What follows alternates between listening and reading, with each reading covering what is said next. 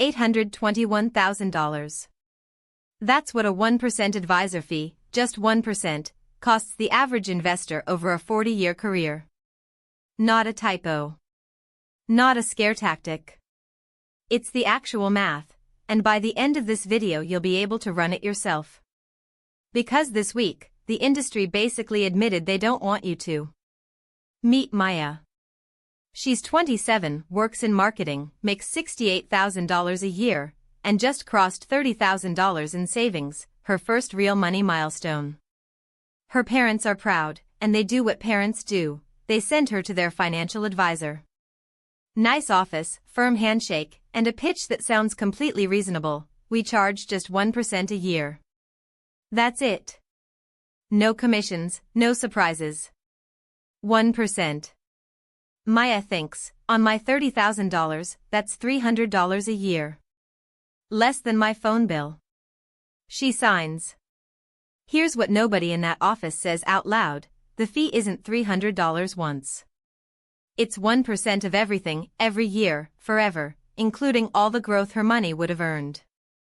And this week, the Financial Times reported that the head of a major wealth management industry body warned that firms use, his words, deliberate obfuscation around fees.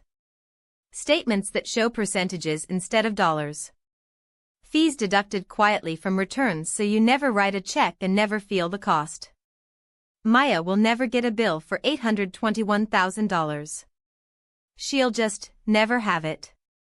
Today we're going to make that invisible fee visible, with real numbers. So why does 1% do so much damage? Here's the mental shift: the fee isn't 1% of your money. It's roughly 10% of your growth. Think about it: if the market returns 10% in a year and your advisor takes 1%, they didn't take 1% of your gains. They took 1/10 of your gains. Every single year. Now picture your portfolio as a garden hose filling a pool. A 1% fee is a pinhole in that hose. Standing next to it, you barely see water escaping. But here's the brutal part: every drop that leaks out this year is water that would have kept multiplying next year, and the year after, for 4 decades.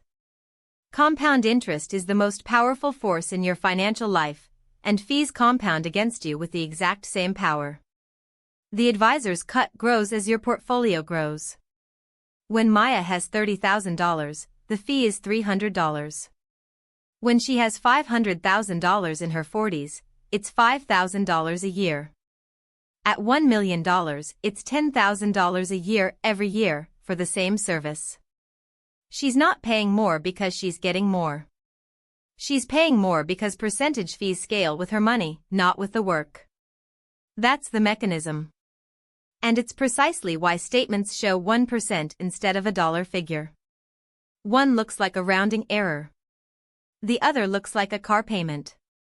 Now the obvious objection: but a professional will beat the market. Isn't that worth 1%? Fair question.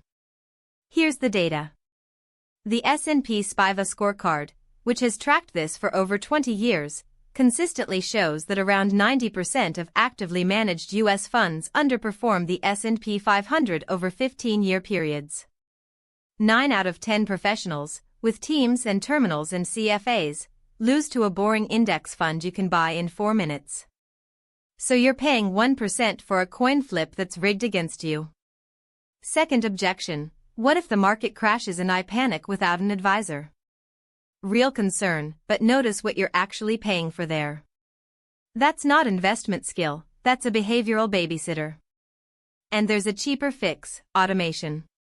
When your investing happens automatically every month, there's no decision to panic over. Crashes become sales. To be clear, advisors aren't villains, and flat fee, fiduciary advice for a specific situation can genuinely be worth it. What's indefensible is paying a percentage of your entire net worth every year for underperformance, disguised in a statement designed so you never feel it. Let's run your numbers. This is the part nobody shows you. Scenario 1, you're just starting out, investing $200 a month for 40 years.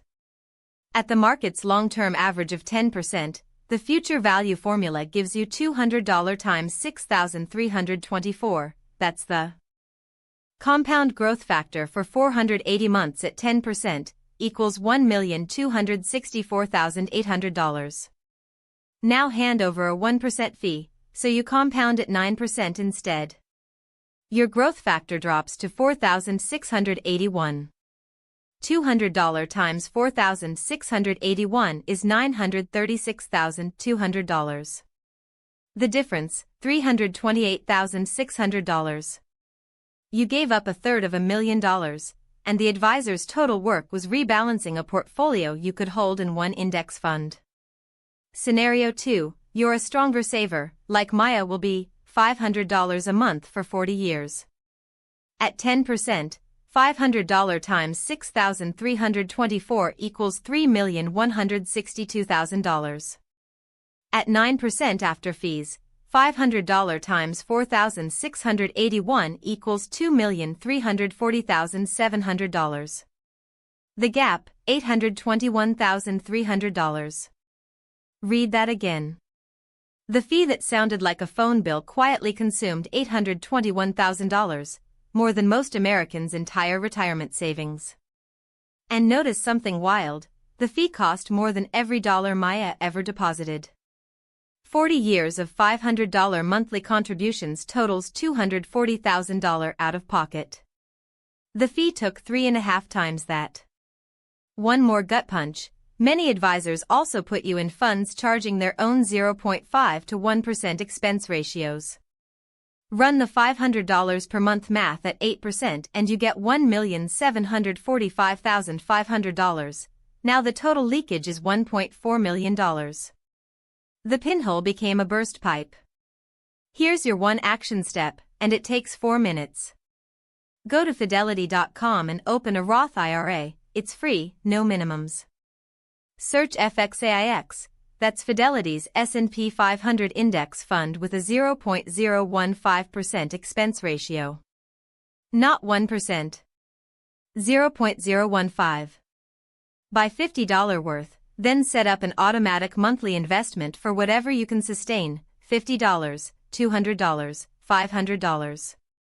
That automation is your crash-proof behavior plan, built in. If you already have money with a percentage fee advisor, do one thing this week, email them and ask for your total annual fees in dollars, not percentages. Watch how they answer.